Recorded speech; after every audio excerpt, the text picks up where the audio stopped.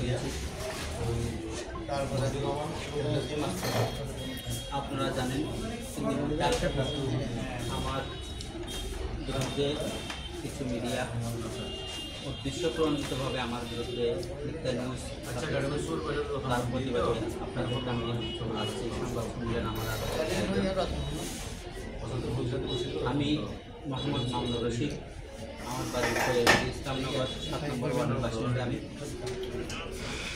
আমি 2018 সালে কোন মাদ্রাসা দাওরা হাদিস সম্পন্ন করি এবং দাওরা ইহসান ইনস্টিটিউট থেকে ইউনিভার্সিটি থেকে আমি ইসলামিক স্টাডিজ নিয়ে মাস্টার্স করি এবং আমি American health information management association কর্তৃক আমি পিএসসি ডিগ্রি অর্জন করেছি। 2010 সাল থেকে 2021 সাল পর্যন্ত আমি দুবাই মিনিস্ট্রি অফ হেলথ একজন অ্যাডমিনিস্ট্রেটিভ অফিসার ছিলাম। আমি যখন প্রবাস জীবনে যাই আমরা লেখাপড়া শেষ করি, এরপর থেকে যখন বিএনপি সরকার যখন একাগরের পরে যখন আওয়ামী লীগ সরকার ক্ষমতায় আসে, আমার প্রবাস জীবন তখনই শুরু হয়। তখন থেকে দলের প্রতি আমার একটা অত্যন্ত, আমি প্রবাস থাকতেও আমার একটা মন প্রাণ আবেগ যে আমি দলকে ভালোবেসেছিলাম। আমি প্রবাসে থাকলেও দীর্ঘ সময়ে আমি যেখানে থাকি না কেন আমি দলের জন্য কাজ করে গেছি, দলের পাশে ছিলাম, অর্থনৈতিকভাবে পাশে ছিলাম। প্রতিটা প্রোগ্রামে আমি সহযোগিতা করেছি। যখনই সম্ভব হয়েছে, যখনই আমি বাংলাদেশে থাকতাম আমি দলের বিভিন্ন প্রোগ্রামে উপস্থিত হয়েছি। এর কারণে এর সুবাদে 2015 সালে যখন আওয়ামী লীগ শাসন ছিল, স্বৈরাচার ছিল, তখন ওরা বুঝতে পেরেছে আমি দলের জন্য অত্যন্ত একজন নিবেদিত প্রাণ। সেই হিসাবে যখন কঠোর আন্দোলন চলছিল 2014-15-তে, তখন আমার বাবাকে এই বর্তমান কুখ্যাত ডাকাত ব্যাটে যখন আমার বাবাকে থানায় নিয়ে গিয়ে আমাকে উপস্থিত করার জন্য শর্ত দিয়ে আমার সারা রাত এক রাত আমার বাবাকে বসিয়ে রাখা হয়। আমার বাবা 75 বছর বয়সে একজন শেখুল হাদিস, যিনি দীর্ঘ 45 বছর হাদিসের দরজ দিয়েছেন, যিনি দীর্ঘ 45 বছর হাদিস এবং কোরআনের তাফসীর করেছেন। আমার পরিবারের মধ্যে আমরা 4 ভাই আলেম। আমার বাবা একজন শেখুল হাদিস, আমার শাশুড় এই কক্সবাজারের সবচেয়ে সবার প্রিয় বক্তা এবং একজন শেখুল হাদিস হাফেজ মাওলানা আব্দুল হক সাহেব সবার পরিচিত। আমার গোষ্ঠীর মধ্যে, আমার দাদার গোষ্ঠী, নানার গোষ্ঠীর মধ্যে আওয়ামী লীগ সমর্থিত এমন কোনো ব্যক্তি আমার পরিবারের মধ্যে নেই। এই যার কারণে আমার বাবাকে 2015 সালে এই একদিন এক রাত থানার মধ্যে আমার বাবাকে বসিয়ে রাখা হয়েছিল। আমি যখন 2018 সালে আমি বাংলাদেশমুখী হয়েছি, তখন জাতীয় নির্বাচন অনুষ্ঠিত হয়। সেই সময় আমি দলের পক্ষে কঠোর অবস্থানের কারণে ভোটের দিন আমাকে জাফর সশস্ত্র বাহিনী নিয়ে আমাকে প্রচণ্ডভাবে আঘাত করা হয় এবং আমার ভোট কেন্দ্রের মধ্যে আমাকে প্রচণ্ডভাবে আঘাত করা হয়।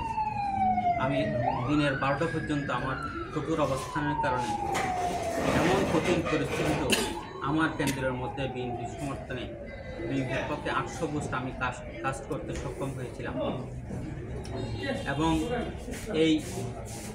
এরপর থেকে আমার দলের প্রতি, যখন আমি এই হামলার শিকার হয়েছিলাম, দলের প্রতি আমার আন্তরিকতা, আমার ভালোবাসা, আমার রক্তের সাথে জাতীয়তাবাদী দল বিএনপি আমার মিশে গেছে। সেই হিসাবে আমি 2019 সালে আমি চাকরি ছেড়ে দিয়ে আমি দুবাই শহরে real estate, garments, mobile accessories এবং গাড়ির পার্টস, আমার বিভিন্ন ধরনের 12টি প্রতিষ্ঠান রয়েছে বর্তমানে। আমার বাংলাদেশে প্রায় 200 কর্মচারী আমার কোম্পানিতে কাজ করেন এবং আমি আমার ওখানে যখন আমি ব্যবসা করি তখন আমার কন্টিনিউসলি আমার থাকতে হয় না। তো সেই হিসাবে আমি 2019 সালের পর থেকে কন্টিনিউসলি বাংলাদেশে অবস্থান নিই। যদিও আমি কখনো যাই বাংলাদেশ থেকে যদি বিদেশে যাই 10 থেকে 15 দিন অবস্থান করে আমি চলে আসি। এবং ওখানে আমার ভাই আছেন, আমার ছোটো বোনের জামাই আছেন, ওরাই করেন। 2021 সালের স্থানীয় নির্বাচন কোয়েলবেলের যখন স্থানীয় নির্বাচন অনুষ্ঠিত হয় তখন আমি যুবদলের একজন সম্মানিত সদস্য ছিলাম এবং আমাকে সেদিন আমাদের কক্সবাজারের হাজার বছরের শ্রেষ্ঠ সন্তান আমাদের প্রিয় নেতা আলহাজ সালাউদ্দিন আহমদের একেবারে সশরীরে ভিডিও কনফারেন্সের মাধ্যমে আমাকে দলীয় প্রার্থী হিসেবে ঘোষণা করা হয়। এবং এমন কঠিন পরিস্থিতি, অনেক বাধার পরেও আমি আমার নির্বাচনের কাজ চালিয়ে গিয়েছিলাম। আমি উদ্দেশ্যপ্রণোদিতভাবে জাফর আমাকে, আপনার যদি তখনের অবস্থা অনেকে জেনে থাকেন, আমি একজন বিজয়ের দ্বার প্রান্তে ছিলাম। এমন একজন প্রার্থীকে আমাকে একদিন আগে থেকে পূর্ব থেকে আমাকে ডিজিএফআই এনএসআই আমাকে গড় থেকে বের হতে দেয়। আমার 10টি কেন্দ্রের মধ্যে আমাকে 3টি কেন্দ্র মাত্র পরিদর্শন করতে দিয়েছিল, বাকি 7টা কেন্দ্রের মধ্যে আমি পরিদর্শন করার সুযোগটা আমাকে দেয়নি। আমাকে পরাজিত করা হয়েছে ইচ্ছাকৃতভাবে, উদ্দেশ্যপ্রণোদিত আমাকে পরাজিত করা হয়েছে।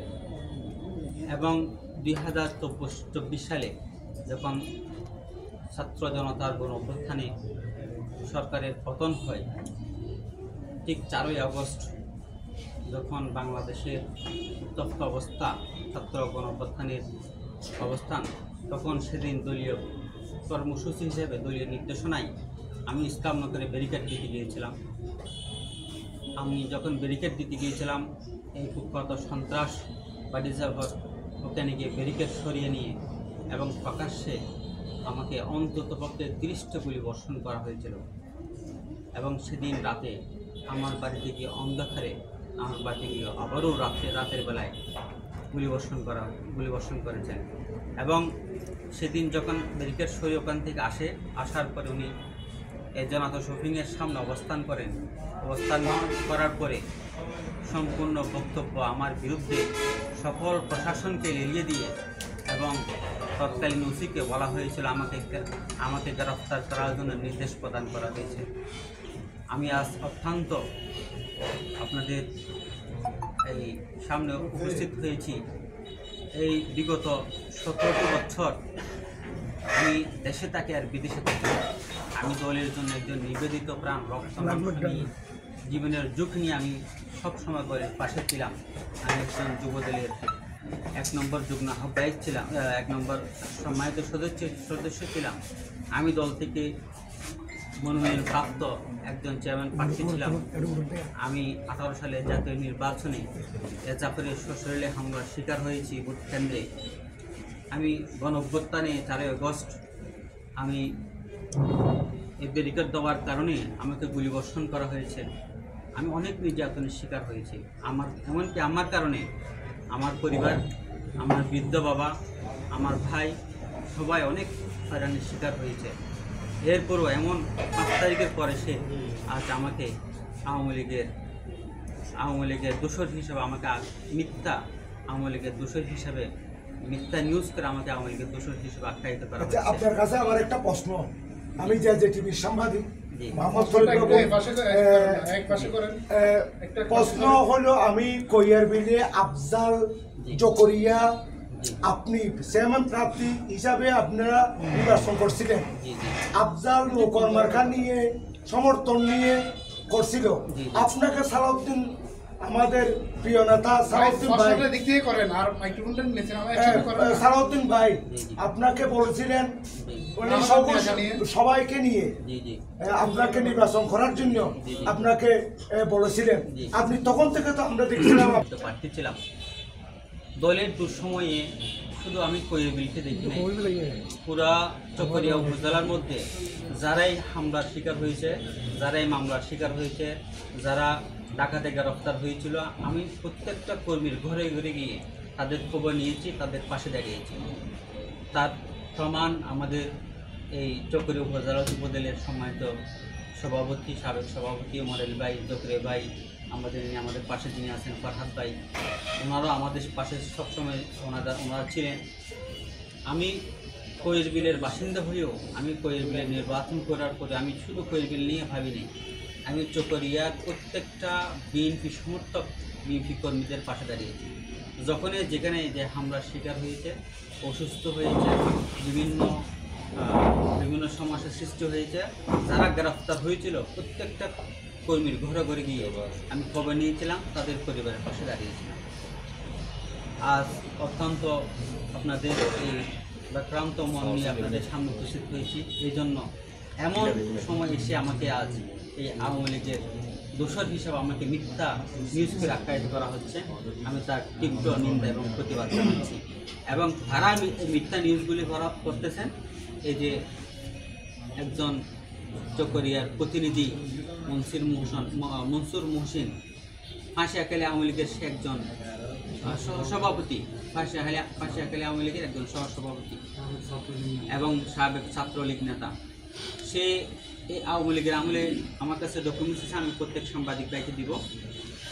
আমাকে 2021 সালে যখন আমি নির্বাচন করেছিলাম, এরপরে আমার বিরুদ্ধে বিএনপি এবং জামাতের অর্থদাতা বলে আমার বিরুদ্ধে নিউজ করেছিল। এরপরে আবার আমাকে এনএসআই, ডিজিএফআইকে মিথ্যা তথ্য দিয়ে আমাকে বিভিন্ন ধরনের হয়রানি করে আমাকে কতগুলি নিউজ বানিয়ে আমাকে সামনে উপস্থাপন করা হয়। তখনের পরিস্থিতির কারণে আমার থেকে সে চাঁদা দাবি করেছিল। আমি তাকে 30,000 টাকা আমার থেকে সে চাঁদা নিয়েছিল। তার ডকুমেন্টস আমার মোবাইলে আছে, আপনারা যদি চান আমি আপনাদেরকে পাঠিয়ে দেব। সে তার অসংখ্য চাঁদাবাজি, অসংখ্য হয়রানি, এগুলো চকরিয়ার প্রত্যেকটা মানুষ জানে। আরেকজন নিউজ করেছেন তৌহিদ শিকদার। এই তৌহিদ শিকদার, যার বিরুদ্ধে চকরিয়া ফেকুয়ায় ইয়াবাসহ 5টি মামলা বর্তমানে চলমান আছে, যার বিরুদ্ধে নারী কেলেঙ্কারি সহ, যার বিরুদ্ধে ইয়াবা চালান সহ, ইয়াবা বিক্রেতা সহ 5টি মামলা চলমান আছে, সে আমার বিরুদ্ধে নিউজ করেছেন। আরেকজন ভাই নিউজ করেছেন ইকবাল, তার বিরুদ্ধে যে ডকুমেন্টসগুলি আমার কাছে আছে সেই ডকুমেন্টসগুলি আমি আপনাদেরকে পাঠিয়ে দেব। চকরিয়ার আওয়ামী লীগের সাথে কার সাথে তার সম্পর্ক ছিল, কীরকম সম্পর্ক ছিল, তিনি কীভাবে মাসিক মশওরা নিয়ে এই চকরিয়াতে ছিলেন, সব ডকুমেন্টস আমার কাছে আছেন, আমি আপনাদের কাছে পাঠিয়ে দেব। এই যে আওয়ামী লীগের দোসর, এই আওয়ামী লীগের দোসরগুলি আজ এই সময় এসে আমার বিরুদ্ধে মিথ্যা নিউজ করে আমাকে দমানোর জন্য মিথ্যা নিউজ করে যাচ্ছেন। আমি আপনাদেরকে এই বিষয়ে জানিয়ে দিতে চাই এবং আপনাদের কাছে অনুরোধ থাকবে, আপনারা এদের বিরুদ্ধে আপনারা অবস্থান, আপনাদের সত্যতা এবং আপনারা যেটা সত্য সেটাকে আপনারা উপস্থাপন করবেন, এটা আমার। আচ্ছা মামুন ভাই, একটি প্রশ্ন আছে। প্রশ্ন হচ্ছে কি, এইসব নিউজ